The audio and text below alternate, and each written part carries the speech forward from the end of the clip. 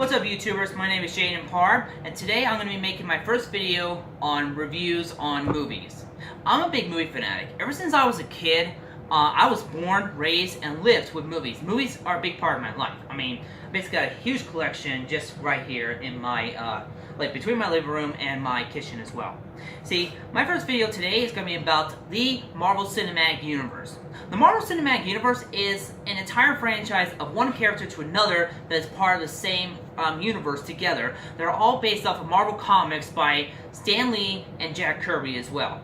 And this film features every single one of these films together that features Stan Lee making his cameo appearance in this film, because he is basically not only executive producing this franchise, but he is also basically cameoing, like the king of cameos of all times in history. Just basically make his appearance in this film because he deserves a big part in this franchise, and that's what he is all these last 10 years with this franchise. And for the last 20 films they've made, already $17 billion at the box office, making it the highest grossing movie of all times, and the freshest franchise on the tomato meter that is still staying fresh on Rotten Tomatoes for the last 10 years as well. Starting off with all these movies right here that I have in my collection, all the movies like Iron Man, Iron Man 2, Iron Man 3, I mean, Robert Downey Jr. as Tony Stark, Iron Man, he is just awesome. He's just the only actor to ever play the character. And The Incredible Hulk, awesome. I mean, even better than the 2003 version. Don't get me wrong, the film was really great though, but this film better than the 2003 version because we didn't have to wait so long for the Hulk to make his appearances. It just felt like he was pushed too much in that film. This film though really brought him into his own film like he should have been. And Edward Norton, of course, first played him, but then Mark Ruffalo gets cast in the next movie later in the next other Marvel film. Better and even way more, just really plays the character very well, and I definitely agree staying on with Mark Ruffalo as The Incredible Hulk.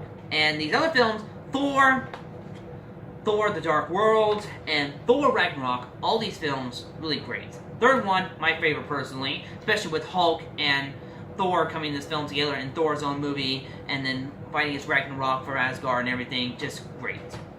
And these next films, Captain America the First Avenger, Captain America the Winter Soldier, and Captain America Civil War. I mean, the best trilogy of all time. From Captain America's origin, Captain America's continuation, 70 years later after Avengers film, you know, fighting against his old enemy, and then finding out his best friend's alive, and the continuation of the Avengers versus Avengers film, you know, it's just, his movies are just the best trilogy in the franchise. My next films, The Avengers, and Avengers Age of Ultron, oh my god. The best superhero movies of all times. I mean, a team of superheroes comes together in one film to fight against a common threat. It's just awesome.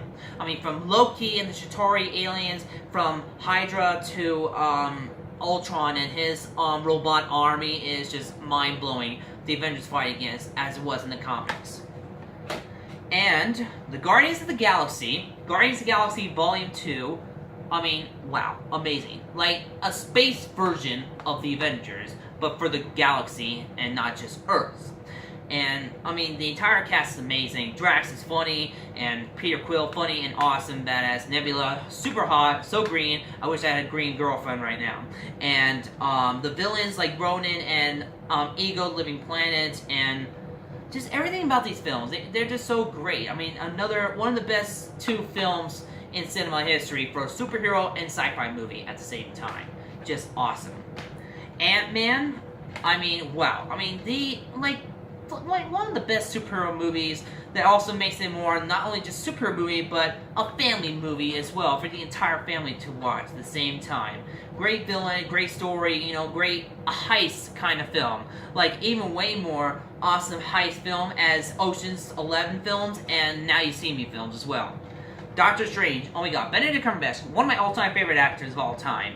He is just awesome. I mean, he's just the best actor to be Doctor Strange. I mean, no one can ever be better than him. They can never thought anyone else instead of Benedict Cumberbatch. I mean, the film itself was amazing. Great CGI, great action, great storyline, great villain, and great way of this what's next for Doctor Strange in the end as well.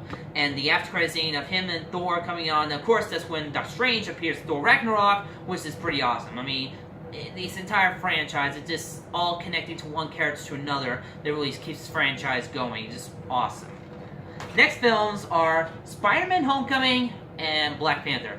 These two made their first appearance in Captain America Civil War, the film that really brought the Avengers to fight against each other in that Civil War time, that first made their debuts as well to be part of this franchise that became epic. I mean, from Black Panthers, you know, fighting to hunt down and kill Bucky for believing he killed his father, King T'Chaka, and finding out in the end wasn't him all along. He made a mistake. He wants to help Cap's best friend, you know, to help find peace. If he can't help his father find peace, he can help one of them find peace, and that would be only Bucky Barnes.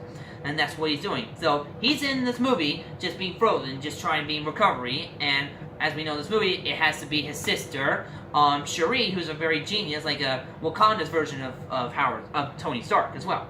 Spider-Man Homecoming, the best Spider-Man movie of all times, personally. I mean, comic book legit, he's just the best. I mean, don't get me wrong, the Tobey Maguire and Andrew Garfield, they'll always be great films because they were a part of my childhood. I can never forget about them.